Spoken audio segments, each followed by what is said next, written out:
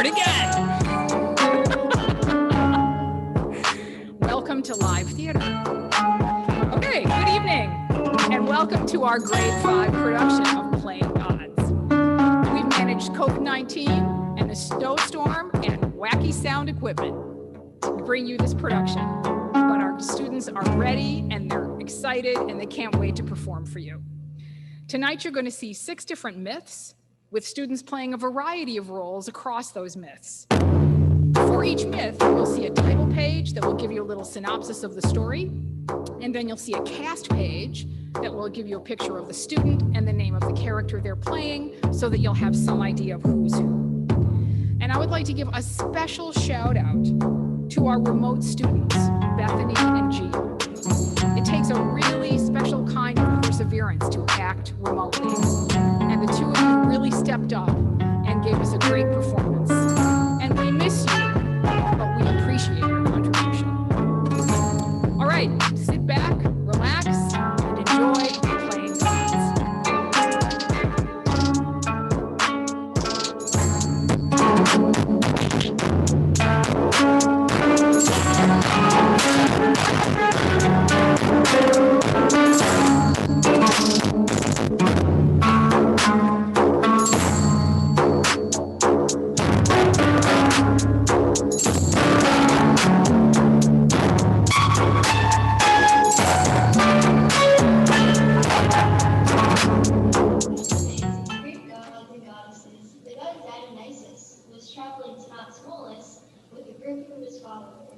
One of those followers was a teacher of Dionysus. This guy was named Silenus. Actually, calling Silenus a guy is kind of misleading.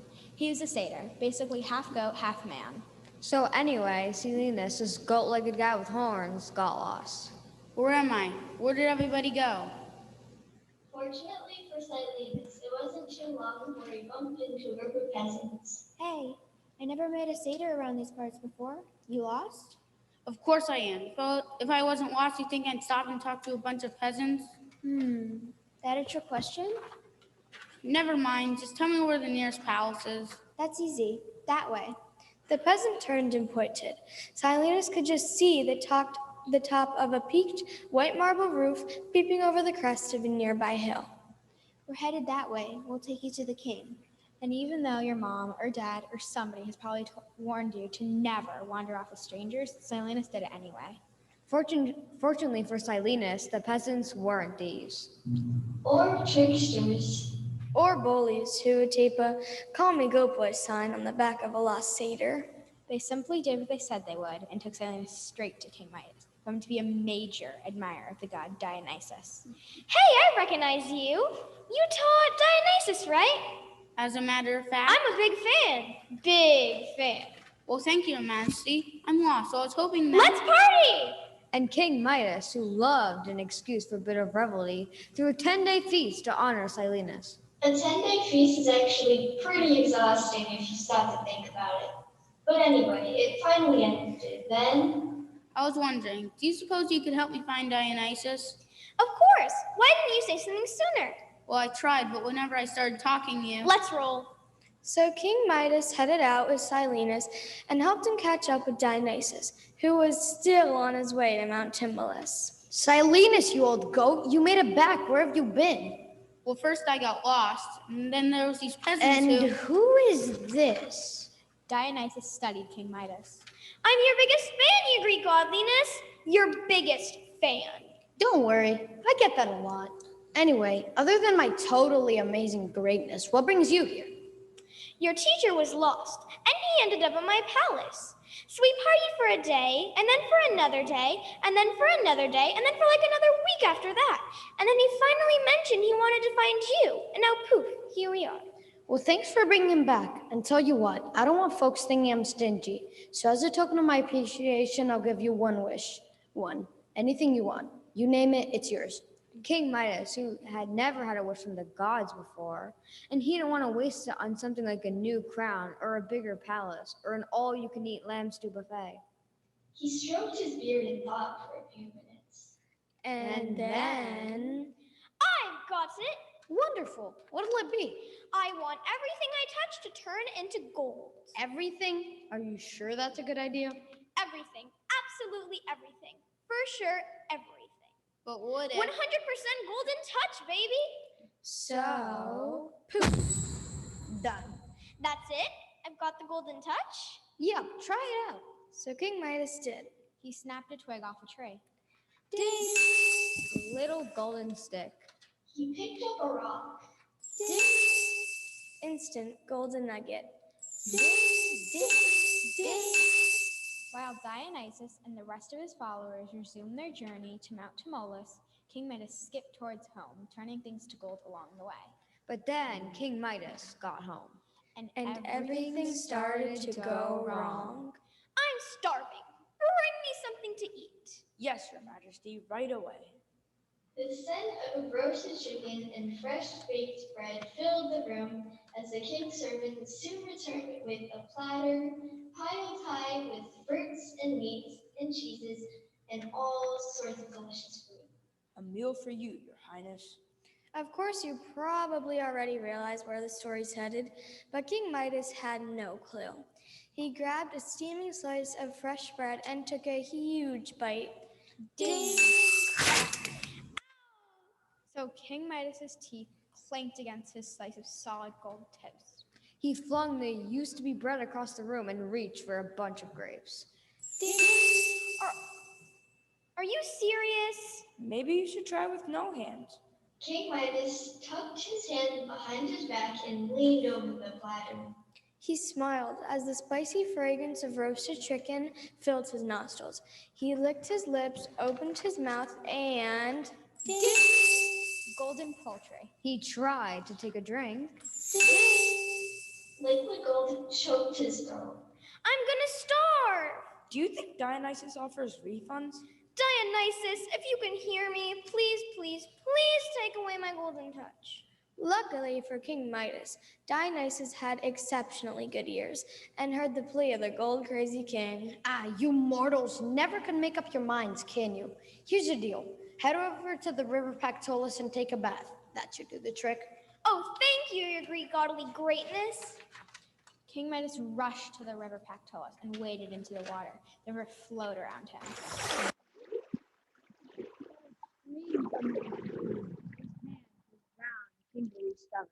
As King Midas splashed and scrubbed and splashed, the river's current carried away every last drop of his golden touch.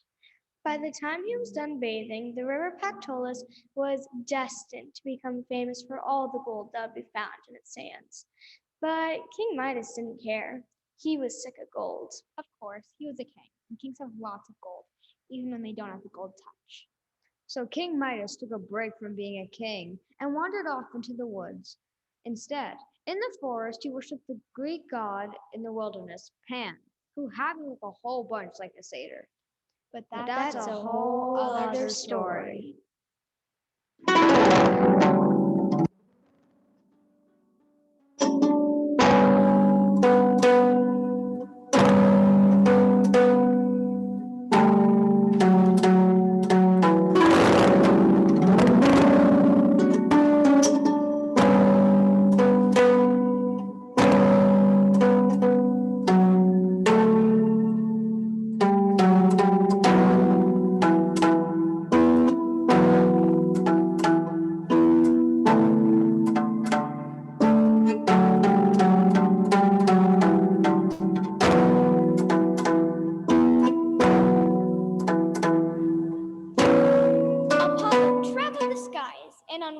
Journeys, he discovered the center of the world. At a place called Delphi, he discovered a spot where the earth was open, connecting the underworld to the heavens.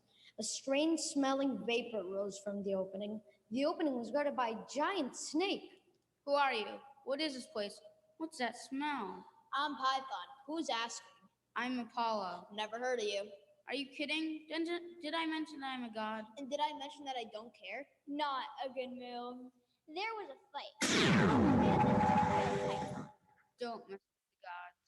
To honor his victory, he built a temple, and in the temple he placed an ornament. Wow, is this for me? How come she gets a temple? What's your problem? The oracle can see the future and will be the voice of the gods. She's a very important person, you know. Her wisdom is no match for mine. I beg your pardon. Yuck, what's that smell? See, people would travel great distances and overcome terrible hardships for the chance to ask the oracle a question. Let's see this. Will I be rich? Are you kidding? Will I be famous? No. When will I die? Soon. Well, that's mean. The red or the pink? Definitely the pink. Seriously? So impressive. Will my youngest daughter Psyche ever marry? Can you give me a minute? See, nothing upstairs. What's that smell?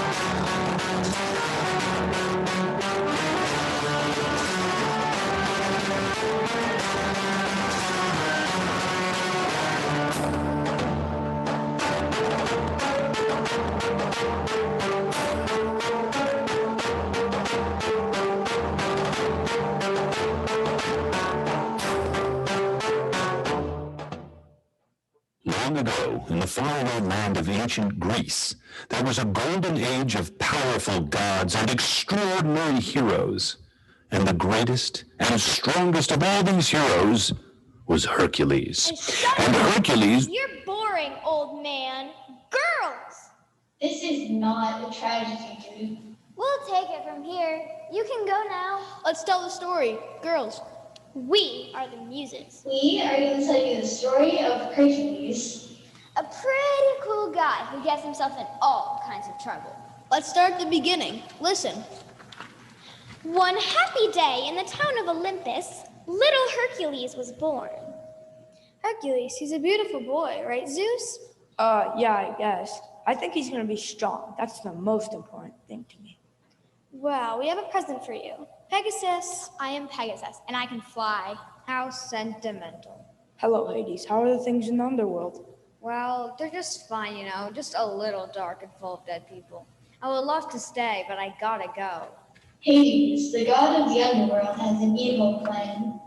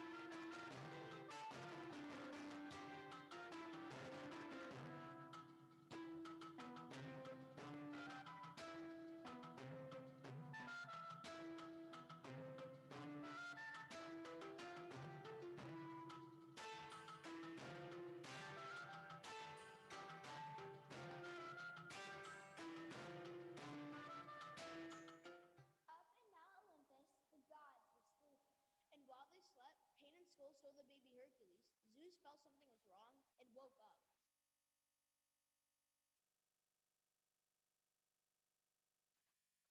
Who's there? What's going on? Wait, what happened? Where's Hercules? They took Hercules. That's impossible. They can't have gotten away with him. Who would dare take my son? We'll find him and they'll be sorry. Panic and Skull kidnapped the boy, but unbeknownst to them, Hercules did not drink the last drop of the magic potion, so he continued to be a god. Two mortals found Hercules and did not know he was really a god. They adopted him because they had always wanted to have a child. Look, a baby, he's all alone. We should take him home. He'll be our son. Are you sure? What if someone accuses us of kidnapping? Look at him, all alone on this hill.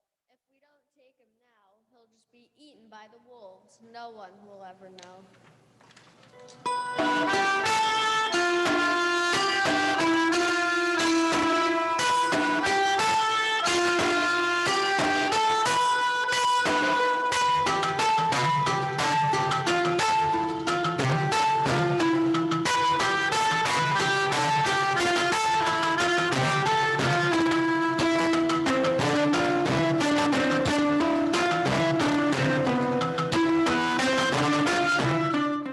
And Hercules grew up very strong. Hercules, son, please don't move. Don't break anything. Don't worry, I won't break anything. Hercules wanted to be good and fitted, but every time he turned around, something broke. Or smashed. Or someone just got hurt. He was too strong. The people wanted to send Hercules away because he was dangerous and always causing problems. It's true, I am a problem. I don't fit in. I just can't live here. Son, come here. There is something we want to tell you. So, his parents told Hercules what they knew about his origins. There was a pendant around your neck when we found you. It's a symbol of the gods. Thank you for telling me what you know about my past. Can I have come from the gods? I have to know. I will go to the temple of Zeus to see if I can find the truth. We'll miss you so much. Good luck, son. Stay safe.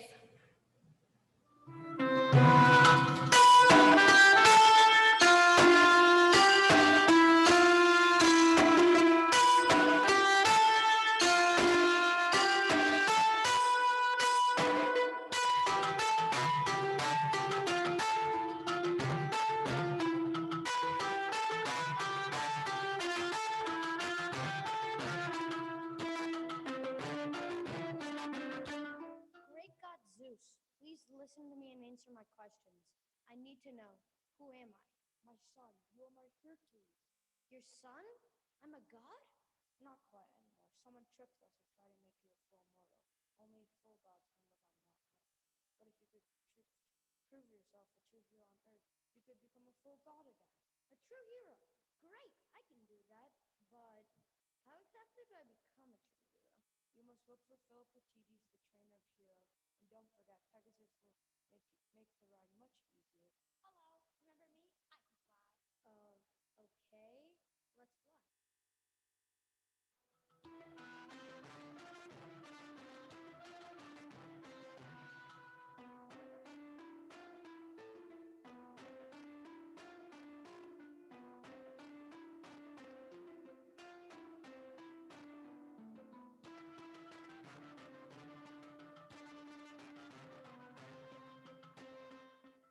Hercules and Pegasus flew to where Philippides lived. So, what do you want with that? He's a good guy, but really at this point, I'm not sure he can do you much good. I need him to train me to be a hero. I thought you were just born that way. Apparently most of us are, unless we're kidnapped as a baby and raised by mortals. Wow, bummer.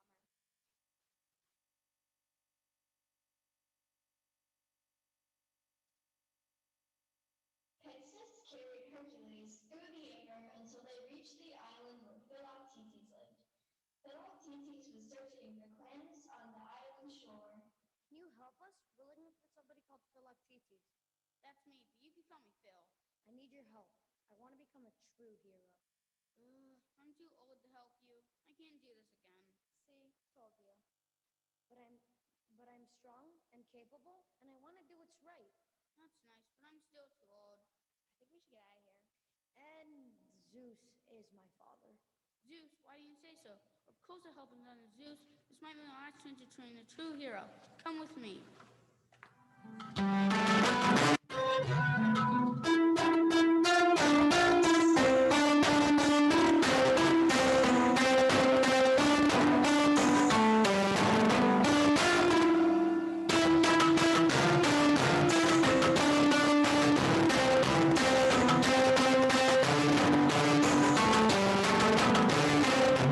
As Philoctetes, Hercules, and Pegasus walked toward the town, they came upon a young woman who was cornered by an evil monster. Help! Something's trying to kill me! Look, that lady's in danger. Don't be impulsive. First analyze the situation, then wait. But Hercules could not wait. He rushed at the monster. There was a huge ruckus, but at the end, the monster lay dead. Hercules surprised even himself. The woman Megara was more than grateful. You saved my life. What's your name? Hercules. You came on just at the right time. Thank you. But sadly, I have to go now. I'm not free to remain. Okay. Goodbye. Isn't she amazing? What does she mean she's not free to remain? Well, it's complicated. I feel it in my bones. I bet it's Hades. I bet it's Hades. He's always making a mess of someone's life. Pegasus sensed that something was fishy.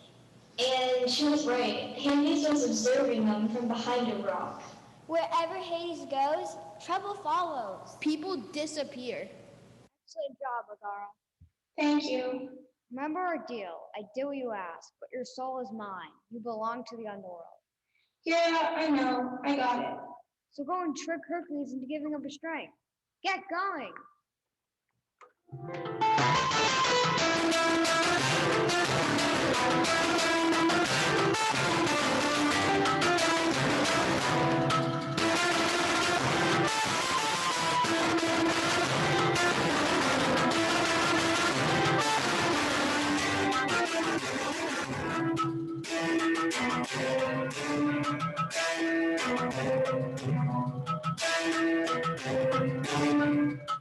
I'm ready to do something heroic now. Please help, please. Two little boys. They were playing and a rock fell. They're trapped. I'll save them. Pegasus? I'm here. We got this. Hercules saved the boys. Everyone was amazed. Wow, that was amazing. You're the best. Thank you. You're our hero. You've got to be kidding. The people love me, Father. I'm afraid being famous is not the same as being a true hero. What else can I do? Look inside your heart and you will know.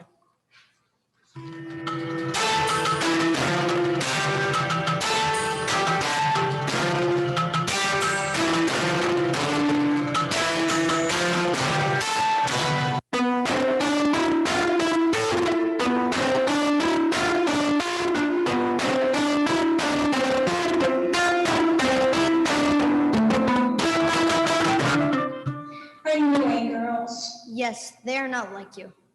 What do you know about me? I know you're the most. Hercules. Let's go. Goodbye, Megara. Goodbye. Megara's got a crush. I do not. Well, maybe, but Hades owns my soul. I have to obey him.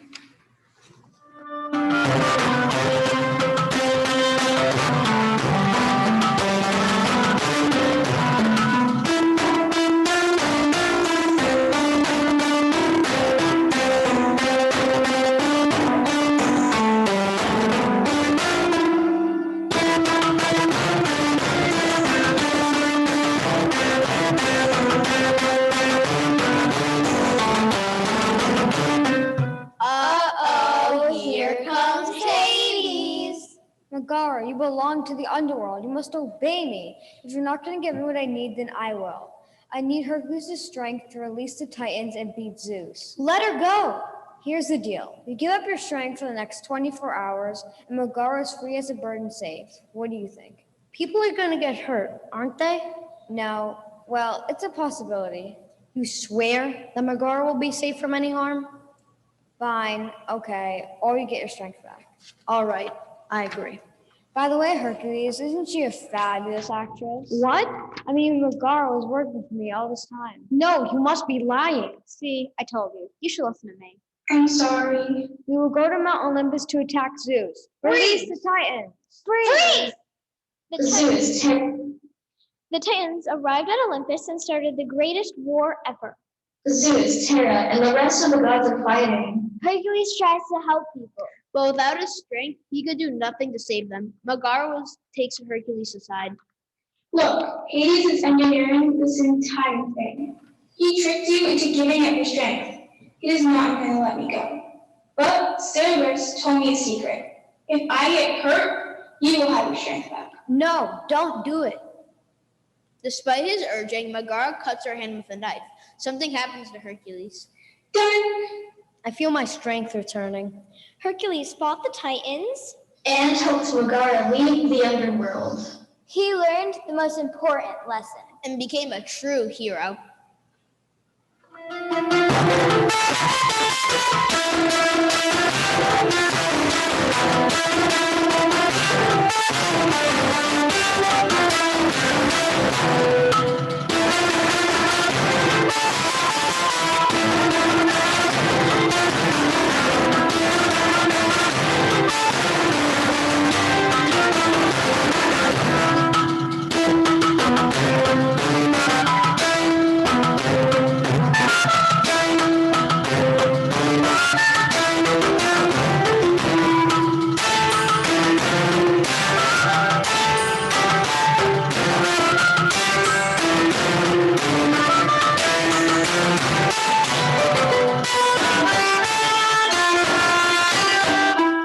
There was a young shepherd named Narcissus. He was very handsome, extremely popular with the ladies.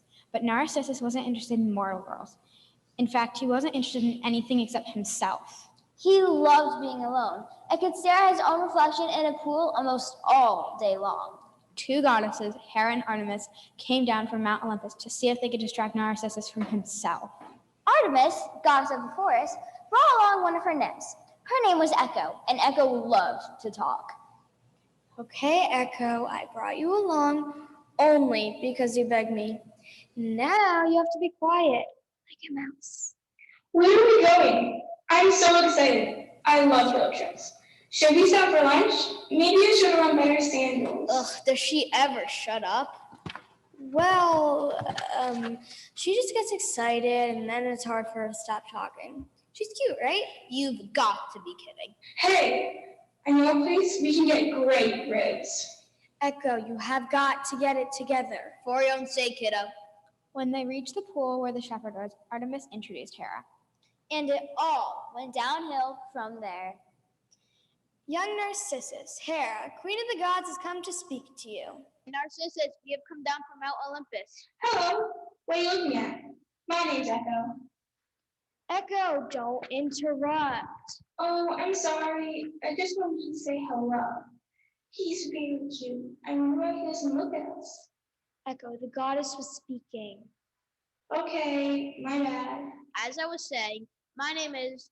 Hey, maybe he's fishing. Are you looking for a fish? Or did you drop him in the water? I can help you with that. I'm a nymph. Echo, you can't do this.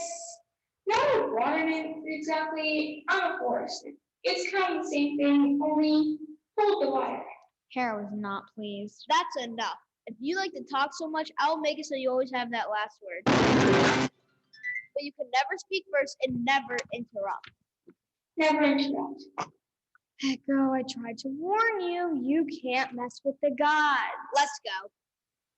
Might be fun to watch. Not you two. Can't we just stay and see how this works out? Echo's resourceful and clever. Okay, I'm coming. Echo tries to speak but can't make a sound. Hello, my name is Echo. Can you hear me now? Singing does not work either. Echo tries to sing loud like an opera singer. Nothing comes out. She waves at Narcissus. Oh, hello. Hello. Can I help you? Help you? No, thanks. I'm fine. I'm fine. So, If if you don't mind, I like to be alone. be alone. I will. I will.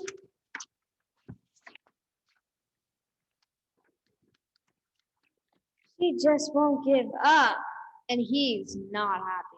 Are you still here? Still here. What do you want? Is this a joke?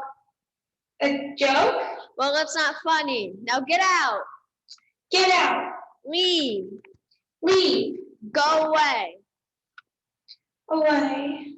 Poor Echo, she couldn't handle it after all. Maybe I can get her to forgive her. Not likely. Stupid girl. I swear I will never fall in love. Now that's going too far. This pledge angered the goddess Aphrodite. She sent her son Arrow to shoot an arrow to make Narcissus fall in love with the first person he saw. Eros will handle this stupid moral. What he saw first was his own reflection in the pool. Who are you? I've never seen anyone so beautiful. I swear I will never leave you. And he never did. Narcissus grew old. And eventually, he died. No. No. Come back. Come back. Goodbye. Goodbye.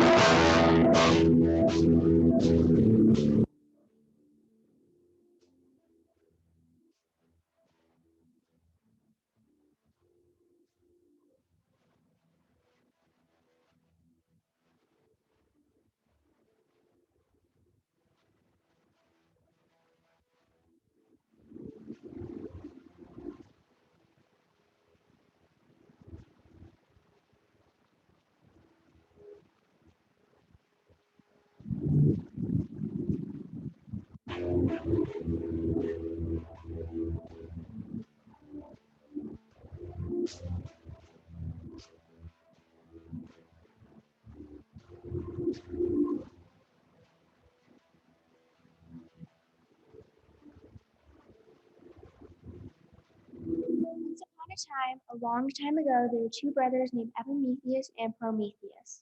I am Epimetheus. And I am Prometheus. The brothers were the best of friends. They were good gods and always treated others with kindness. One day, Zeus, the king of all gods, made an announcement. Fire was created for the gods alone. No one will share the gift of fire to humans. Humans do not deserve such power. Prometheus and Epimetheus felt badly and went to check on the humans to see how their lives were going without the help of fire. Human, what is life like on Earth? In the winter we freeze. We can't cook our own food, and at night we are lost in the darkness. This is wrong. I can see how much man needs fire for food and warmth. I will do the right thing and give them the secret of fire. So Prometheus stole a lightning bolt from Zeus and gave it to mankind. That is how man discovered fire. Wow, this is great. Zeus was furious that his order had been ignored. Because you have disobeyed my orders and given fire to men, you will suffer a great punishment. You will be chained to a boulder for 1,000 years. Zeus was so mad that he decided to also punish Prometheus' brother, the kind and gentle Epimetheus. Zeus did not chain him to a rock. He had a sneakier punishment in mind. This is going to be good. For the first step of Zeus's plan, he molded a daughter out of clay, then brought her to life. She was named Pandora. I am Pandora. Good king, where am I? Why am I here? I created you to do my bidding. Now just stand over there till I need you. That sounds exciting. But King Zeus, what if I don't agree? I mean, I just got here. Should I make my own decisions and follow my own path? Zeus thought about crushing Pandora and starting again, but he was so surprised that Pandora asked such a question that he found himself a little amused and decided to see where this would go. And where would you go if you followed your own path? I don't really know, just haven't been created and all, but I know I want an adventure. I want to travel and see the world and fight giants. Fight giants. Maybe I used the wrong recipe to create you. I want to sleep under the stars and ride free across the desert. Okay, I don't have time for this. Let's do a little reprogramming. Even though Zeus sort of liked this adventurous version of Pandora, he could see that it would not work. So he used his power to make a change. Okay, I'm here to do your bidding. What do you want of me? Oh, that's more like it. Zeus knew that Epimetheus was so lonely because his brother was chained to a rock. I'm sorry I had to punish your brother. I feel bad that you're all alone. Let me make it up to you. You could be friends with my daughter Pandora. This was not the truth, of course. Zeus was very sneaky. Zeus, I know you are a trickster, even though I do need a friend. Epimetheus was so in need of a friend so much that he went against his better judgment. Pandora, will you be my friend? What would you like to do? Zeus watched carefully to see what Pandora would say. Yes, I am so happy to be your friend. I like to take gentle walks and read poetry. I also make a mean needlepoint. Wonderful. As a gift on your friendship, I'll give you this mysterious box. But remember, never open it. When Zeus remade Pandora, he forgot to take away one element of her personality: curiosity. After some time, Pandora became uncontrollably curious about what was in the box. She tried to open it, but it was locked. I know that Zeus told us never to open the box, but it's making me crazy that I don't know what's inside. You can guess on what happened next. It was Pandora's curiosity who got the better of her. One day, she decided to use the key to open the box. I can't stand it anymore. Just have to know what's in here. As she raised the lid, out flew all the bad things that exist in the world today. First was jealousy. My name is jealousy, and I will make the humans angry and mad at each other. This is not good. The next thing to fly out was greed. My name is Greed. Only humans want more and more. They'll never be satisfied. Why not listen to Zeus? The next was hate. My name is Hate. I'll make humans treat each other badly and do violence to each other. How can I get them back in the box? Pandora slammed the lid closed, but it was too late. What have I done? Pandora, what's wrong? Why do you look so scared? I opened the box and out came all these horrible things. Now the box is empty. Look. Before she could close the box again, out flew one more thing. Thank goodness you opened the box again. I'm small but fierce. I can help humans believe in the possibility of good, even though jealousy, greed, and hate are still in the room. This small thing was called hope, and hope made all the difference.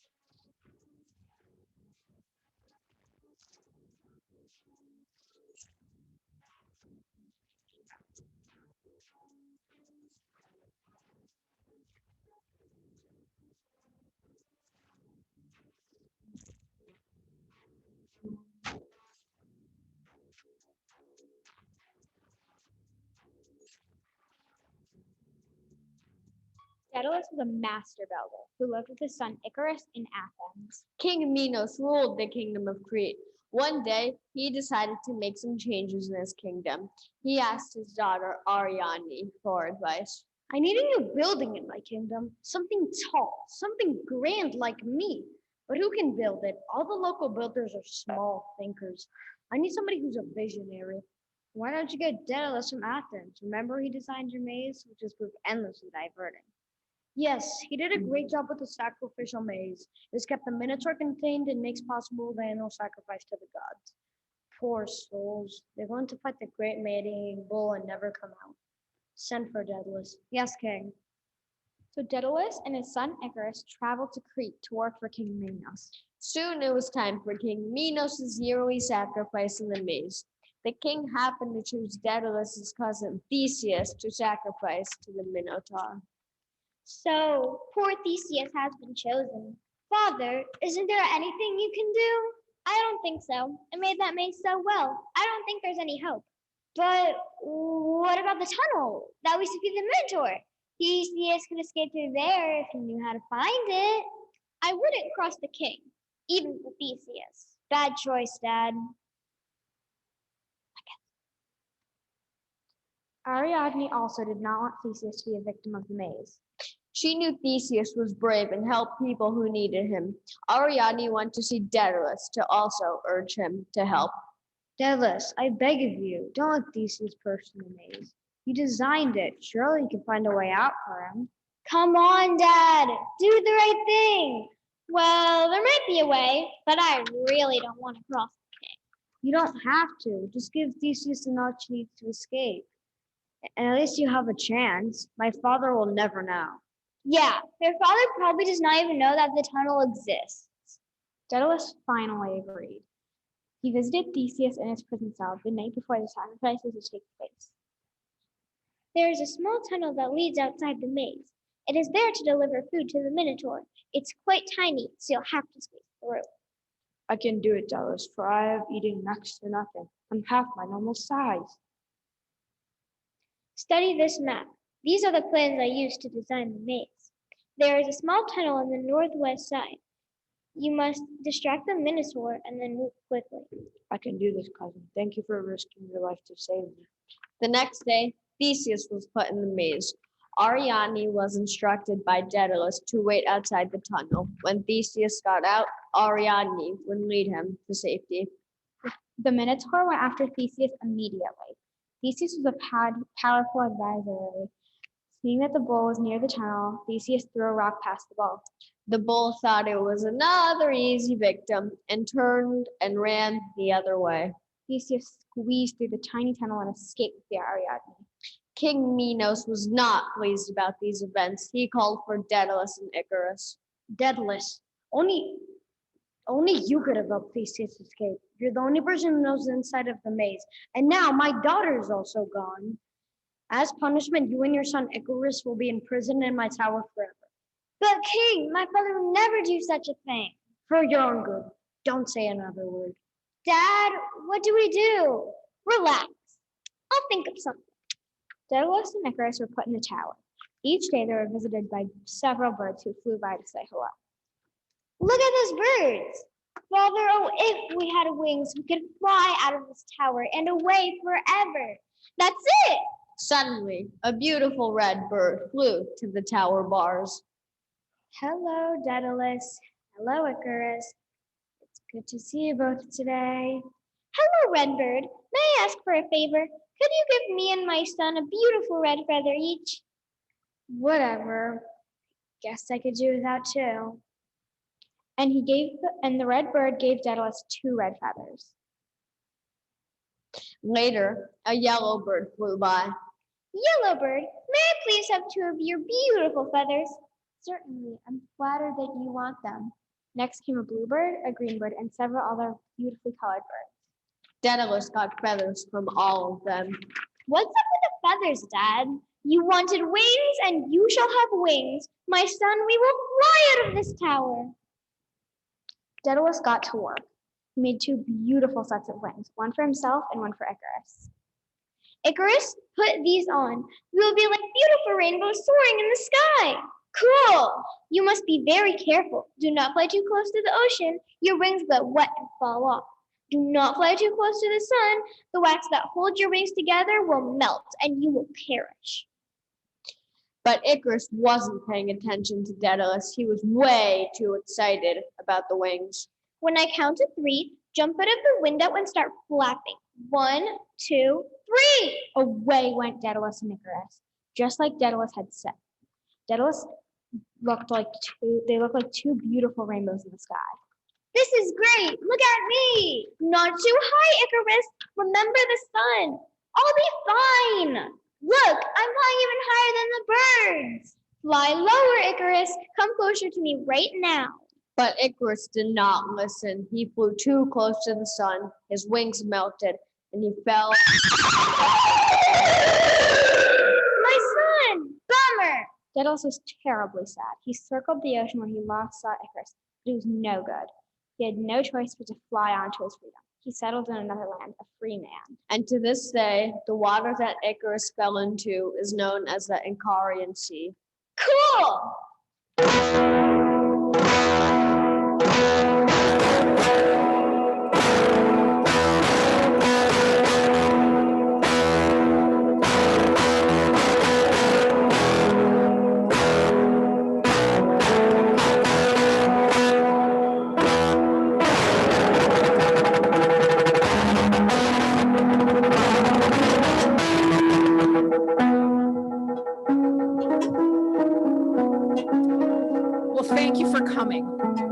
so proud of these students and the way they've pulled it together and managed and really bought into the process. I'd like to thank them because, I don't know, not every time can you get a group of kids to really step up. And these kids really did that. And they told strong stories. And we're really, really proud of them. I'd also like to thank the crew of adults that helped bring all of this technology together, of kind in this COVID year that we've never had to do in my 20 years at the school. And I'd like to give a special shout out to sophomore Zach Feldman, who's standing right in front of me, who stepped up to volunteer to run the videos for us, which we're very grateful for. So thanks for coming. And we'll have your kids and we'll supervise them until you can get here. And please, if you could, come into the lobby so that they're not waiting out in the dark parking lot. All right, thanks a lot. See you soon.